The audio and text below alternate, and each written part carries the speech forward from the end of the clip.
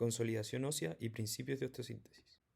Dentro de esta presentación veremos la composición ósea, la consolidación ósea, factores que consolidación, breves palabras sobre la no unión, hablaremos sobre los principios AO, la clasificación de las fracturas y principios de fijación y los tipos de osteosíntesis.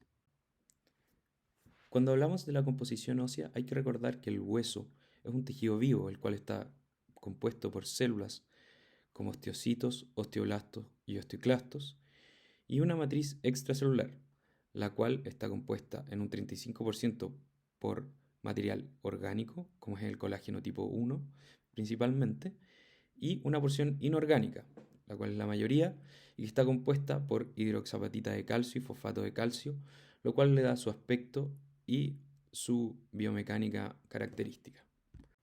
Dentro de las células, el principal componente celular del hueso son los osteocitos, que son más del 90% de las células del esqueleto maduro. Estos son antiguos osteoblastos maduros, los cuales se rodean de matriz ósea, pero viven en pequeñas lagunas óseas interconectadas unas entre ellas y que regulan el calcio y fósforo extracelular. Son estimulados por la calcitonina y inhibidos por la paratormona o PTH.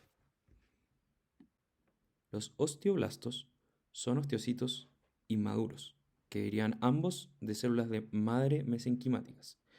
Son diferenciados por RUNX2, recubren el hueso y producen el osteoide.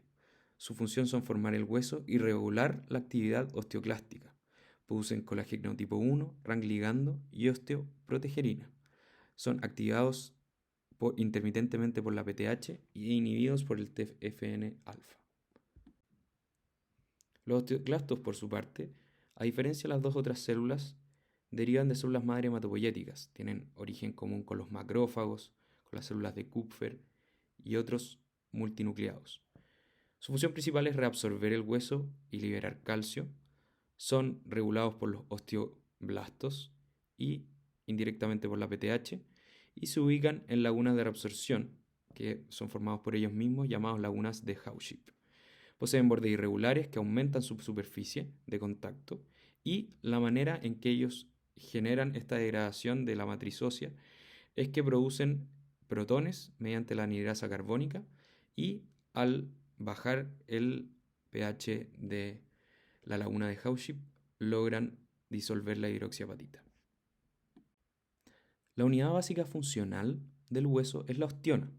Esta estructura está formada por laminillas de matriz con colágeno paralelo que rodean concéntricamente los canales de Havers, los cuales son un canal entre medio de estas laminillas, valga la redundancia, el cual lleva vasos sanguíneos.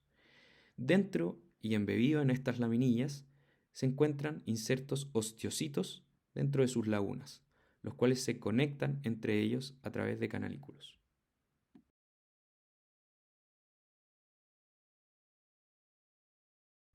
Como decíamos previamente, las estructuras óseas están vivas, por lo tanto requieren de irrigación sanguínea. Entre un 5 y un 10% del gasto cardíaco se dirige al sistema esquelético. Estos reciben sangre de tres grandes fuentes: las arterias nutricias, los vasos metafisiarios y los vasos periósticos. La arteria nutricia entra al foramen nutricio dentro de la diáfisis de los huesos largos y luego se divide en ramas ascendentes y descendentes a través del canal medular llegando al endostio. Este es responsable de aproximadamente 2/3 del flujo. Luego están los vasos metafisiarios, que se originan de vasos periarticulares y penetran en la región metafisiaria. También van a tener anastomosis con la irrigación medular de la arteria nutricia. Y por último tenemos además vasos periósticos que son capilares que nutren la parte externa del hueso. Tenemos aquí un diagrama de la irrigación de un hueso largo. Tenemos entonces, indicando con la flecha roja, una arteria nutricia entrando a través de la diáfisis. Luego tenemos vasos metafisiarios y, por último, vasos periósticos. Dentro de la organización del hueso encontramos dos tipos de huesos principalmente. Tenemos el hueso laminar, que es un hueso desarrollado, un hueso normal de un adulto, el cual se puede diferenciar entre cortical y esponjoso. Tiene la característica de que es un hueso que tiene fibras de colágeno paralelas, organizadas, por lo tanto van a poder resistir cargas mecánicas. Y por último tenemos también hueso trenzado o woven, que son fibras colágenas desorganizadas que están presentes principalmente en la remodelación ósea, en las inserciones tendíneas o en estados patológicos de la formación ósea. El hueso laminar o maduro entonces sigue una formación muy organizada, que está orientada a aguantar las cargas mecánicas y el estrés. Contiene ostionas como unidad funcional básica y las laminillas intersticiales, las cuales están comunicadas entre ellas por canales de Volkmann. El hueso cortical corresponde al 80% del hueso y tiene una baja tasa de recambio, mientras que el hueso esponjoso tiene un mayor recambio y tiene menor densidad. Dentro de los mecanismos de la formación ósea tenemos la remodelación ósea. Esta sigue la ley de Wolff, la cual dicta que el hueso se adapta al estrés. Es decir, un hueso, al recibir una carga, va a aumentar su densidad ósea y distintos mecanismos de transmisión de fuerza adaptarán el sentido de las trabéculas para poder estar más adaptado y ser más eficiente. Distintas fuerzas van a estimular osteoblastos y osteoclastos para generar una remodelación que sea más eficiente para la resistencia de cargas. Y dentro de los otros tipos de formación ósea tenemos la formación aposicional, intramembranosa y encondral. La osificación aposicional es un tipo de formación ósea que ocurre en respuesta al estrés mecánico. Este aumenta el diámetro por formación de osteones sobre hueso que ya existe. Esto aumenta el grosor de la cortical a través del periósteo y genera mayor densidad ósea. La osificación intramembranosa es un tipo de formación ósea directa que no tiene un precursor cartilaginoso y los osteoblastos se diferencian directamente desde preosteoblastos y depositan osteoide, haciendo crecer huesos principalmente planos como son el cráneo y la clavícula. Y por último tenemos la osificación encondral, que es la que está presente en la formación embrionaria de los huesos, en el cartílago de crecimiento y en el callo fractuario. Se forman principalmente desde una matriz cartilaginosa. Las células osteoprogenitoras llegan por vía vascular, osteoclastos reabsorben el cartílago, los osteoblastos luego forman el hueso y los condrocitos hipertrofian y degeneran y finalmente se calcifican generando la matriz inorgánica. El cartílago es invadido por vasos y posteriormente osificado, y el cual nunca se convierte directamente en hueso, sino que es reemplazado. El hueso crece en longitud principalmente. La formación ósea dentro de la consolidación fractuaria clínica se presenta de dos maneras: la consolidación ósea directa o consolidación primaria, la cual incluye conos de corte o conos de Frost, los cuales veremos más adelante. Requieren de una estabilidad absoluta del rasgo fractuario, una fijación rígida, y esta consolidación se caracteriza por no formar callo óseo. Luego tenemos la consolidación ósea indirecta o secundaria, la cual está presente también, sigue un poco los lineamientos de la osificación encondral, requiere de un callo óseo para generar hueso y está presente en la estabilidad relativa y en las fracturas conminutas. La consolidación ósea indirecta o secundaria requiere una estabilización relativa de los rasgos fractuarios y que haya un movimiento dentro del foco de fractura. Este sigue los lineamientos de la osificación encondral, se encuentra en gaps grandes, fracturas conminutas o con una estabilidad relativa no absoluta. Ejemplos claros de la osificación con callo óseo o secundaria son los clavos endomedulares, las inmovilizaciones con yeso, férula o las placas tipo puente, que veremos más adelante. La consolidación secundaria sigue las siguientes etapas. Primero una fase inflamatoria o de hematoma, una reparación, una fase de callo temprano, luego un callo maduro y luego una remodelación. La fase inflamatoria comienza inmediatamente al momento de la fractura con la formación de un hematoma y dura aproximadamente entre 3 y 4 días. Se liberan marcadores proinflamatorios como son la interleuquina 1, 6 y el factor de necrosis tumoral alfa, y ello atrae fibroblastos y células mesenquimáticas y osteoprogenitoras. La fase del callo temprano o callo blando inicia días después de la fractura y puede durar algunas semanas. Se produce vascularización en la zona y las células mesenquimáticas empiezan a diferenciarse principalmente en condrocitos inicialmente.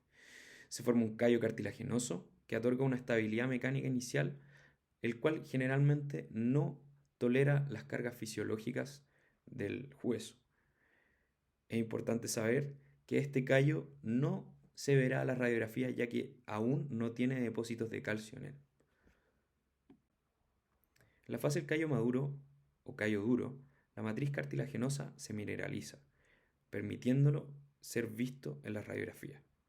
El cartílago comienza a degradarse y el hueso trenzado o inmaduro o desorganizado se forma por osificación encondral, como habíamos visto, mismo mecanismo que en las fisis o cartílago de crecimiento. La fractura se considera consolidada en esta etapa, ya que el callo duro ya puede tolerar las cargas fisiológicas del hueso en el que se encuentre. La fase de remodelación comienza meses después de la fractura y puede durar años. Esto ocurre cuando el hueso trenzado se convierte en hueso laminar y se comienza a recuperar la forma previa del hueso según las leyes de Wolff.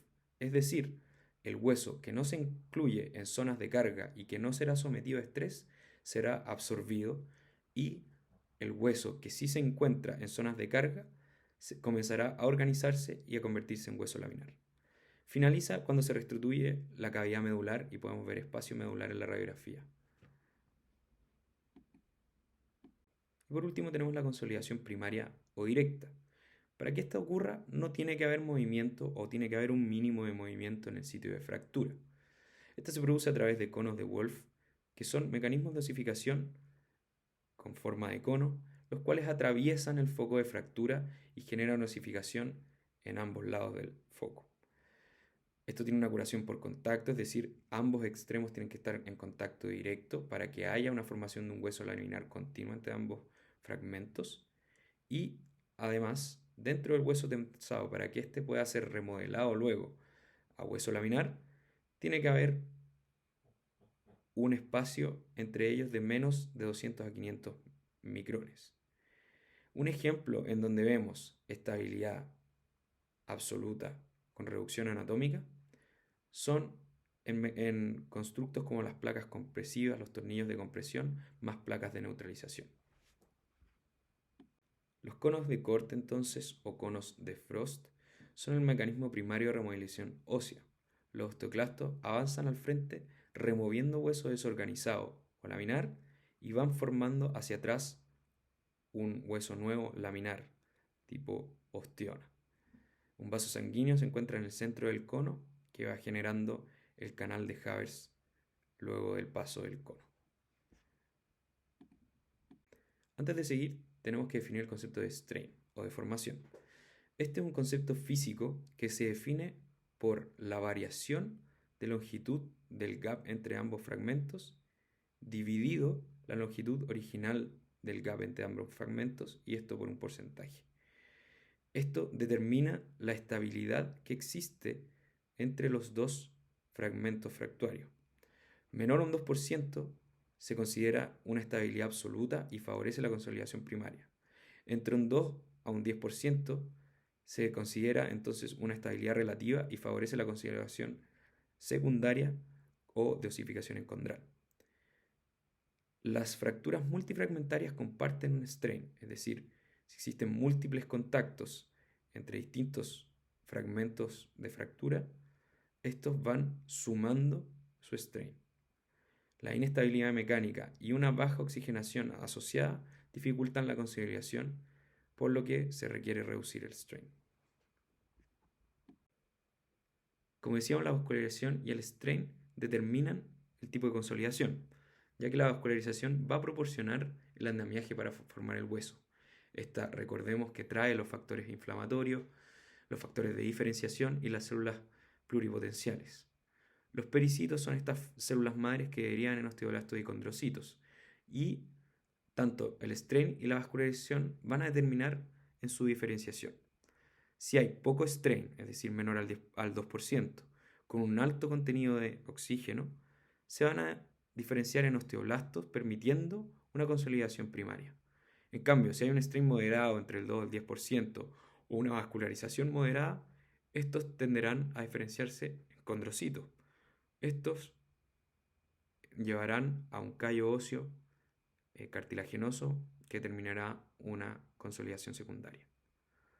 El VEGF, que será definido más adelante, es liderado por los osteoblastos y condrocitos para atraer a células endoteliales para poder generar neovascularización y aumentar la llegada de sangre y oxígeno al foco de fractura.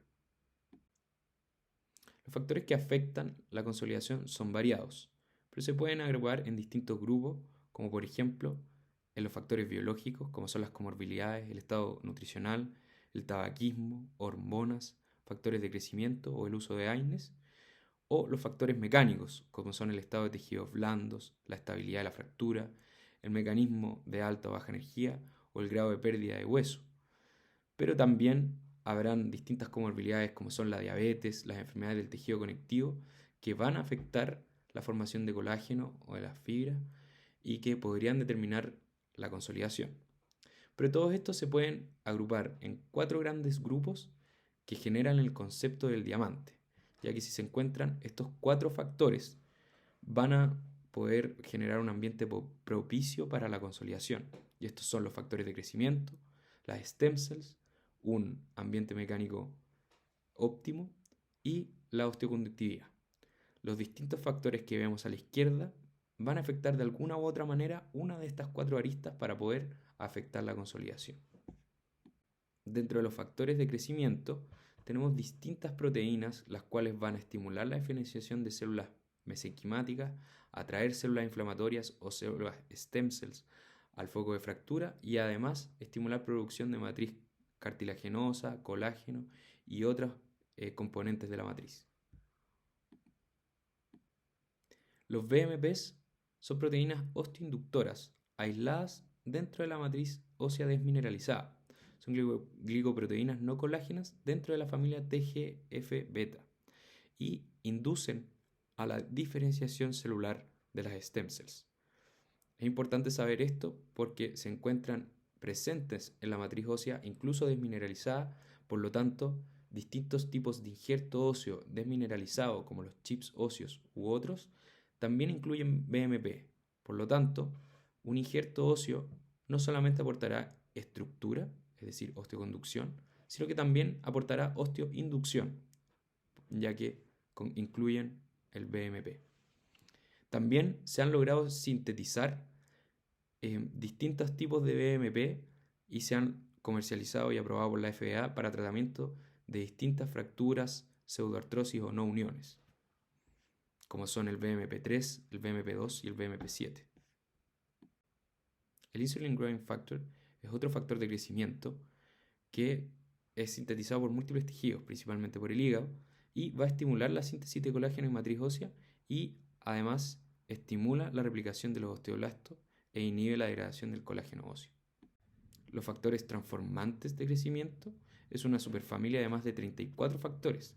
Actúan sobre los receptores de serina o treonina quinasa, promueven la proliferación y diferenciación de precursores mesenquimáticos, estimulando la formación ósea encondral intermembranosa, además de inducir proteoglicanos específicos del cartílago y el colágeno tipo 2.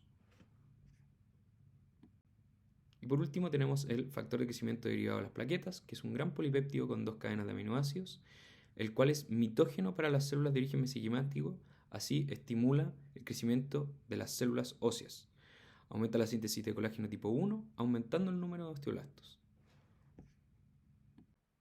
Por último, hablaremos del efecto de los AINES en la consolidación ósea. Esto principalmente porque los AINES son un medicamento de un uso muy popular, sobre todo en traumatología, y a un paciente con una fractura es altamente probable que reciba AINES tanto en la hospitalización como en el alta de alguna u otra forma de administración.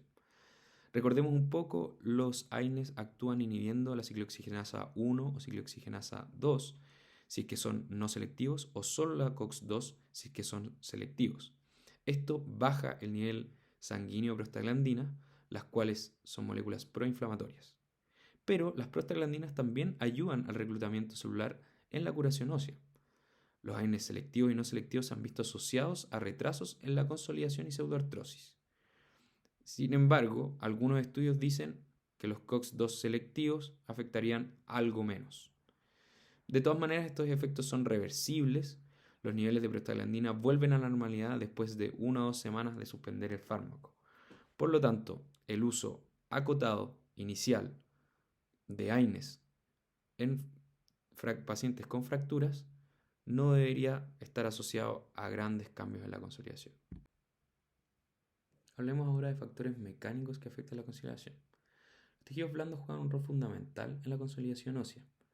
Recordemos que el periósteo incluye la vascularización de los tejidos óseos y un desforramiento o desperiodización amplia del foco de fractura puede generar una disminución del flujo local, por lo tanto llegarán menos oxígeno, lo que va a afectar la diferenciación, va a llegar menos células, menos factores crecedores y va a generar menor angiogénesis y menor formación de callo óseo.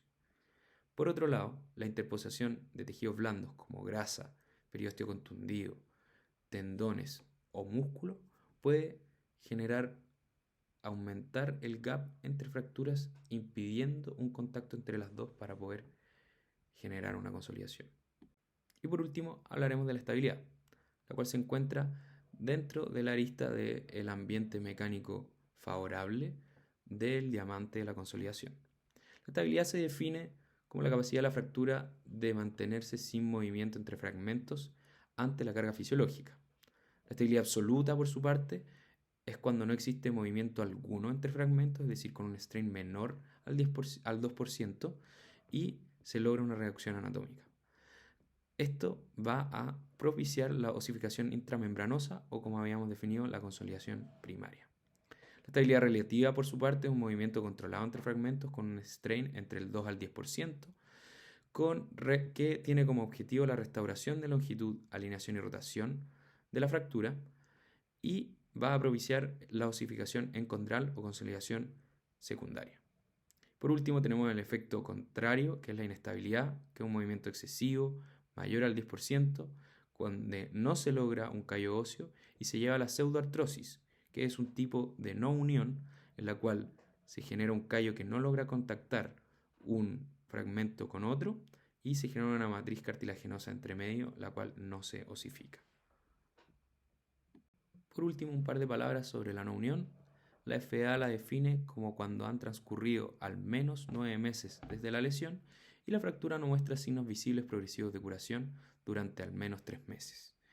Esta definición varía entre tipos de fractura, huesos comprometidos o la serie en que uno busque. Sin embargo, existe cierto consenso de que si es que tenemos radiografías progresivas durante 3 meses y no se ven signos progresivos de consolidación, entonces podríamos estar hablando de una no unión. Tomé este cuadro del seminario de no unión del Dr. Suárez, en donde las no uniones asépticas se dividen según hipertróficas, oligotróficas, atróficas o pseudoartrosis. Estas son determinadas según qué arista del diamante de la consolidación se ve afectado. Como por ejemplo, las fracturas hipertróficas se ha afectado la arista de la mecánica, porque no habría un problema en la generación de hueso. Sin embargo, el ambiente mecánico no propicio generaría finalmente un abundante callo óseo, pero que no logra generar puentes óseos en el rasgo de fractura. Por otro lado, las no uniones atróficas o oligotróficas tienen más que ver con las otras aristas del diamante, teniendo que ver más con factores biológicos. Pasaremos ahora a hablar sobre principios de osteosíntesis. Primero, hablar un poco sobre la AO, o la Asociación de Ortopedia. Esta es una asociación fundada en 1962, formada por ingenieros y traumatólogos, en Suiza, la cual modernizó y estandarizó los materiales que se utilizan para la cirugía ortopédica para fijación de fracturas. Actualmente se rigen bajo 4 principios del manejo de las fracturas, los cuales son la reducción y fijación de la fractura para restaurar relaciones anatómicas, una fijación adecuada, estable o relativa según la personalidad de la fractura, el paciente y los requerimientos de la lesión, la preservación de partes blandas y flujo sanguíneo mediante las técnicas de reducción adecuadas y manejo cuidadoso, y por último, la movilización y rehabilitación precoz y segura tanto de la zona de fractura como del paciente. La fractura siempre va a estar determinada por la morfología del hueso y por el tipo de carga al cual fue sometido.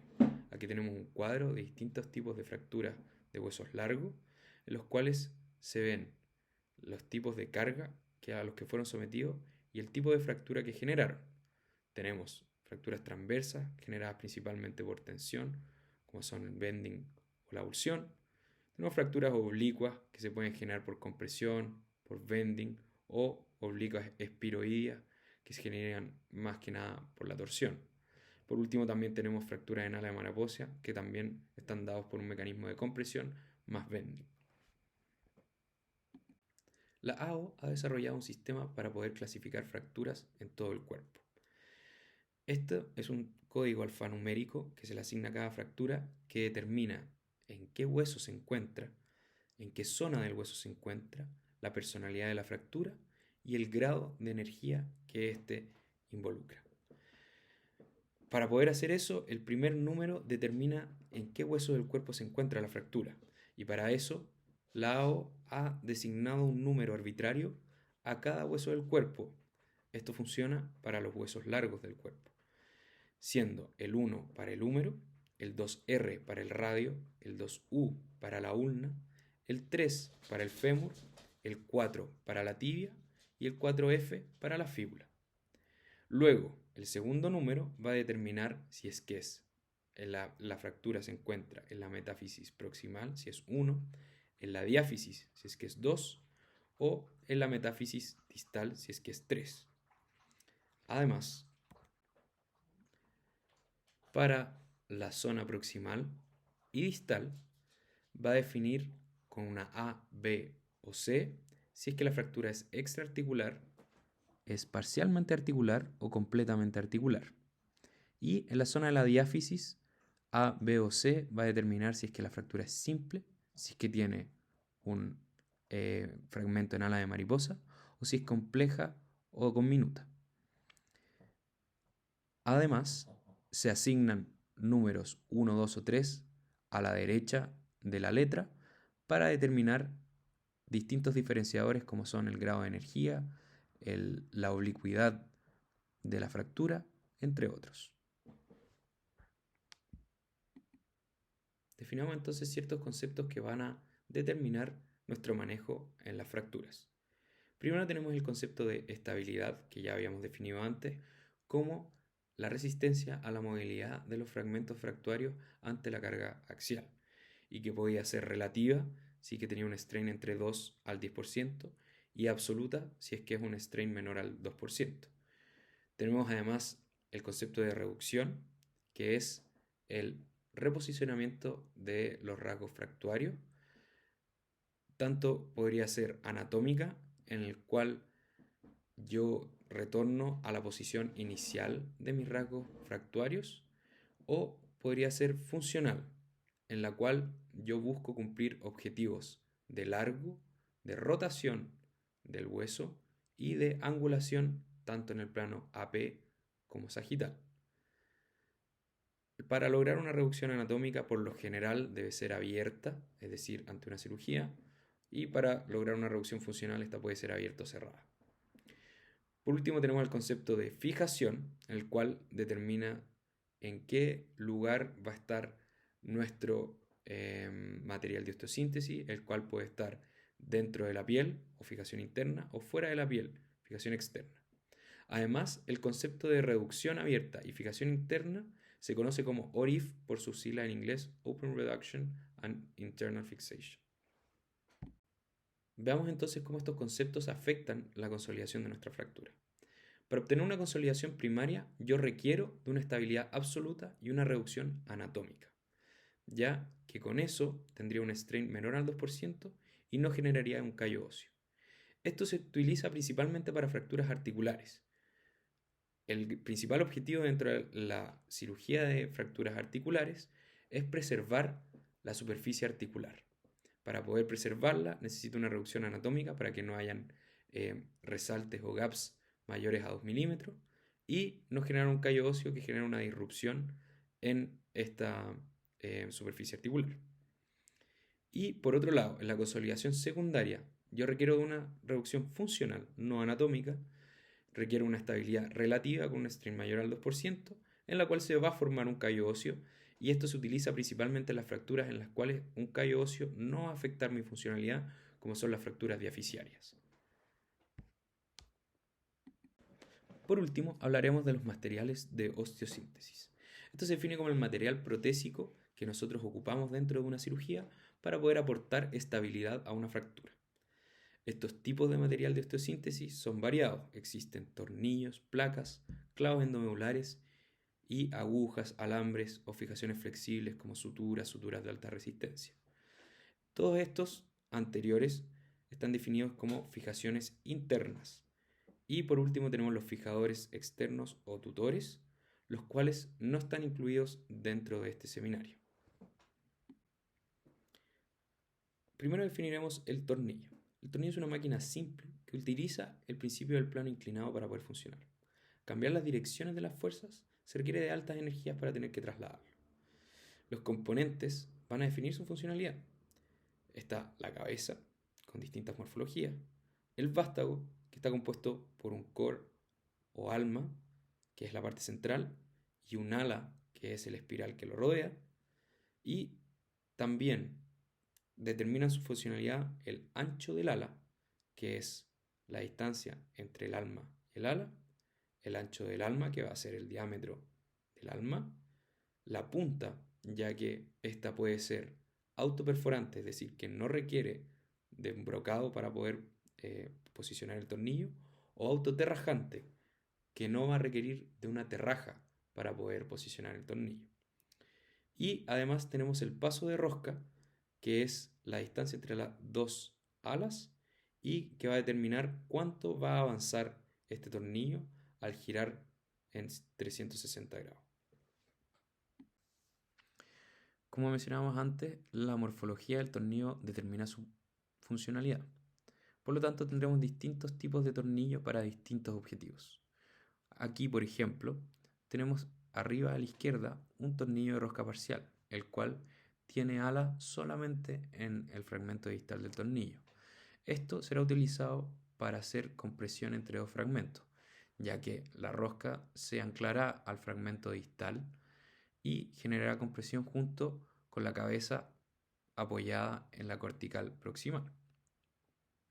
Esto se puede lograr también con un tornillo de rosca completa, siempre y cuando se haga una técnica de compresión interfragmentaria, que será definida más adelante. Tenemos además tornillos canulados, los cuales son horadados en su eje axial, que permite el paso de una aguja. Esta aguja se posiciona inicialmente en la posición en que queremos que quede el tornillo y luego se pasa el tornillo a través de esta cánula para tener un mejor control del posicionamiento. Además, la rosca, tanto su ancho de ala como paso de rosca, determinarán si son para hueso cortical o esponjoso, ya que un paso de rosca amplio y un ancho de ala grande van a ser utilizados preferentemente para el hueso esponjoso, ya que así lograremos mayor zona de fijación, mientras que los tornillos corticales tienen un paso de rosca y un ancho de ala mucho menor. Aparte de las morfologías de los distintos tornillos, tenemos también distintas técnicas para utilizar un tornillo. Tenemos tornillos que utilizamos para fijar una placa, tornillos con técnica de compresión interfragmentaria, tornillos de posición, tornillos bloqueados para placas bloqueadas, los tornillos con técnica de push-pull o los tornillos que utilizamos dentro de la técnica del clavo endomedular, como son los tornillos de bloqueo o los tornillos Poller para mejorar el posicionamiento del clavo. El tornillo para placa funciona para poder fijar una placa al hueso. Esta funciona con la fricción que se genera entre la cabeza del tornillo y la placa y el anclaje que tiene este tornillo a una cortical de hueso. Esta fricción genera la fuerza que une la placa al hueso. El tornillo con técnica compresiva es un tornillo que comprime dos fragmentos. Se utiliza un tornillo de rosca completa y en los cuales en el rasgo proximal tenemos que brocar con el ancho del ala del tornillo a 90 grados de la fractura y después tenemos que brocar la segunda cortical con el ancho del alma del tornillo. De esa manera, el tornillo va a avanzar en la primera cortical sin resistencia y luego se va a atornillar y a fijar a la segunda cortical. Entonces, genera una compresión entre la cabeza del tornillo y el rasgo distal de la fractura. El tornillo bloqueado es en el cual la cabeza del tornillo tiene una rosca que se une a la rosca de la placa, generando un constructo rígido entre el tornillo y la placa. La interfaz de fuerzas es entre el tornillo y la placa y no entre el tornillo y el hueso, como era en una placa no bloqueada. Y distribuye las fuerzas de forma mucho más homogénea entre todos los tornillos bloqueados, generando un constructo mucho más rígido. Por último tenemos la técnica de push-pull, que es una técnica que se encuentra un poco en desuso desde que existen las placas de compresión dinámica. La técnica consiste en fijar una placa en un fragmento y en el otro posicionar un tornillo fuera de la placa y luego intentar traccionar y juntar con una pinza de reducción estos dos materiales de osteosíntesis para luego fijar la placa y generar una compresión interfragmentaria. Ahora hablaremos de los tipos básicos de placa. Actualmente existen en el mercado muchísimos tipos distintos de placas, pero hablaremos de los más elementales, como son la terciotubo, las placas de compresión dinámica como son la LCP y la LC-DCP, y dejaremos de lado las placas anatómicas, las de segmentos específicos, que se escapan de los objetivos de este seminario. Primero tenemos que definir cuando una placa es bloqueada o no bloqueada. Habíamos dicho, la placa no bloqueada adosa la placa al hueso, genera un constructo en que depende del anclaje al hueso de la cortical distal para lograr una estabilidad. La técnica correcta requiere al menos 6 corticales por lado de la fractura. Por otro lado, la placa bloqueada genera un constructo rígido entre el tornillo y la placa y distribuye la carga entre todos los tornillos. No depende de un anclaje al hueso cortical distal y se utiliza en placas tipo puente o en hueso principalmente frágil, en donde no puedo depender de las corticales, como son las metáfisis o los huesos osteoporóticos.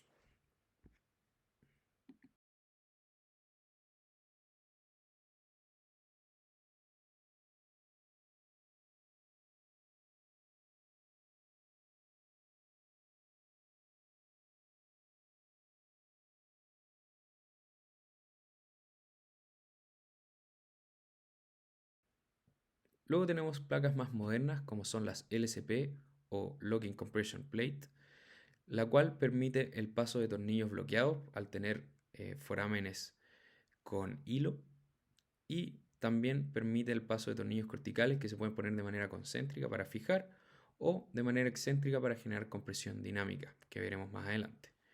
Y además tenemos las Low Contact Dynamic Compression Plates, que son placas aún más modernas que tienen este diseño que permite el mínimo contacto de la placa con el hueso para evitar la desperiostitización prolongada. Y por último, veremos las distintas funciones de placa o técnicas de placa.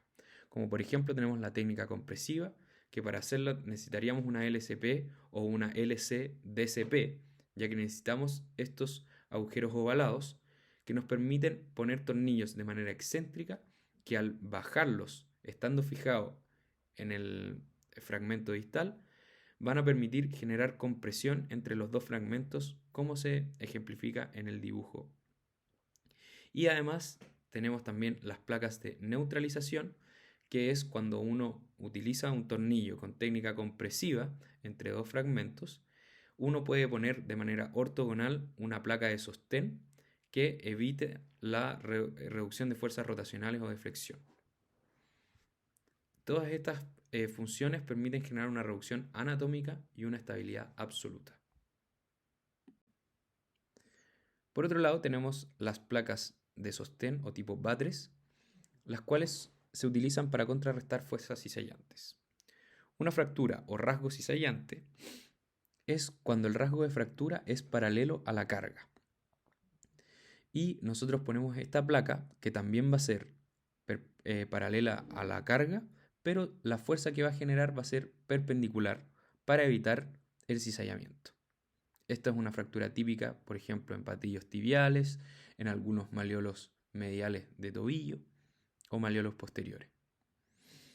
Y por último tenemos la placa en banda de tensión, que convierte una fuerza de tracción en una fuerza de compresión, principalmente en rasgos transversos, los cuales van a tender a irse en bending en alguno de los dos lados. Es importante siempre posicionar la placa en el lugar que se va a generar una tracción. De lo contrario, si es que nosotros ponemos en la zona de compresión, esta placa va a ser deficiente. Y por último tenemos las placas puente. Cuando tenemos una fractura que tiene demasiada conminución en el foco y será imposible de sintetizar o de reducir de manera anatómica, nosotros tenemos la alternativa de poner una placa puente. La placa puente busca una consolidación secundaria, restauramos la longitud, el alineamiento, logrando una reducción relativa, y luego fijamos esta placa para que las fuerzas pasen a través de la placa y no a través del rasgo de fractura, aumentándole su estabilidad. Esto permite también poder hacer cirugías como las mínimamente invasivas, como se verán en la foto siguiente, las cuales permite evitar hacer grandes abordajes en la piel, ya que requiere solamente 2 abordajes, uno proximal y uno distal, para tener que fijar esta placa, y evita también la despriorización y la apertura del foco de fractura para evitar perder factores que van a propiciar la consolidación. Saliendo ya de las placas, tenemos otra configuración de osteosíntesis, que es la banda de tensión u obenque. Este se basa en transformar fuerzas de tensión en fuerzas de compresión. Pauwels describe que las estructuras curvas que se cargan axialmente con un punto de apoyo tienen una zona de tensión, que es la parte convexa, y una compresión, que es cóncava, que está cerca del punto de apoyo. El implante se pone lo más cerca de la zona de tensión, dándole estabilidad a ese y aumentando la zona de compresión, y así aumentar la posibilidad de consolidación. En este ejemplo se ve un constructo realizado con agujas y alambres, que es el clásico, pero también se puede hacer con placas, con tornillos canulados y pasar suturas de alta resistencia a través de ellos, o con agujas y suturas de alta resistencia. Existen distintas configuraciones, pero finalmente el concepto de transformar fuerzas de tensión en comprensión se mantiene. Por último tenemos el clavo endomedular. El clavo endomedular es un dispositivo de fijación intramedular que permite puentear fracturas diaficiarias en huesos largos, como fémures, tibias y húmeros. Por concepto, este solo permite una reducción funcional con estabilidad relativa, ya que es un implante percutáneo en el cual no se abre el foco de fractura y se logra solamente una reducción cerrada. Sin embargo, actualmente existen clavos más modernos que permiten reducciones compresivas con distintos mecanismos, logrando una reducción mucho más anatómica. Los principios de la técnica es abrir de manera proximal o distal a la diáfisis, hacer un fresado percutáneo del canal medular para permitir un mayor calibre de osteosíntesis al aumentar el diámetro, y también regularizar el istmo, que es una estrechez del canal medular, para evitar puntos de fulcro y de fallo. Luego se pasa el clavo, se bloquea a distal y a proximal. Los beneficios principales es que es una cirugía percutánea, con incisiones pequeñas, lejos del foco, que protegen el periósteo y reducen el riesgo de infección. Además, al ser dispositivos altamente estables, permite una rehabilitación más rápida de una carga precoz. Las mayores desventajas del clavo es que Al pasar el clavo se aumenta la presión intracanal y podría aumentar el riesgo de embolías grasas. Y además podría generar necrosis térmica por el fresado del canal, retardando así la consolidación.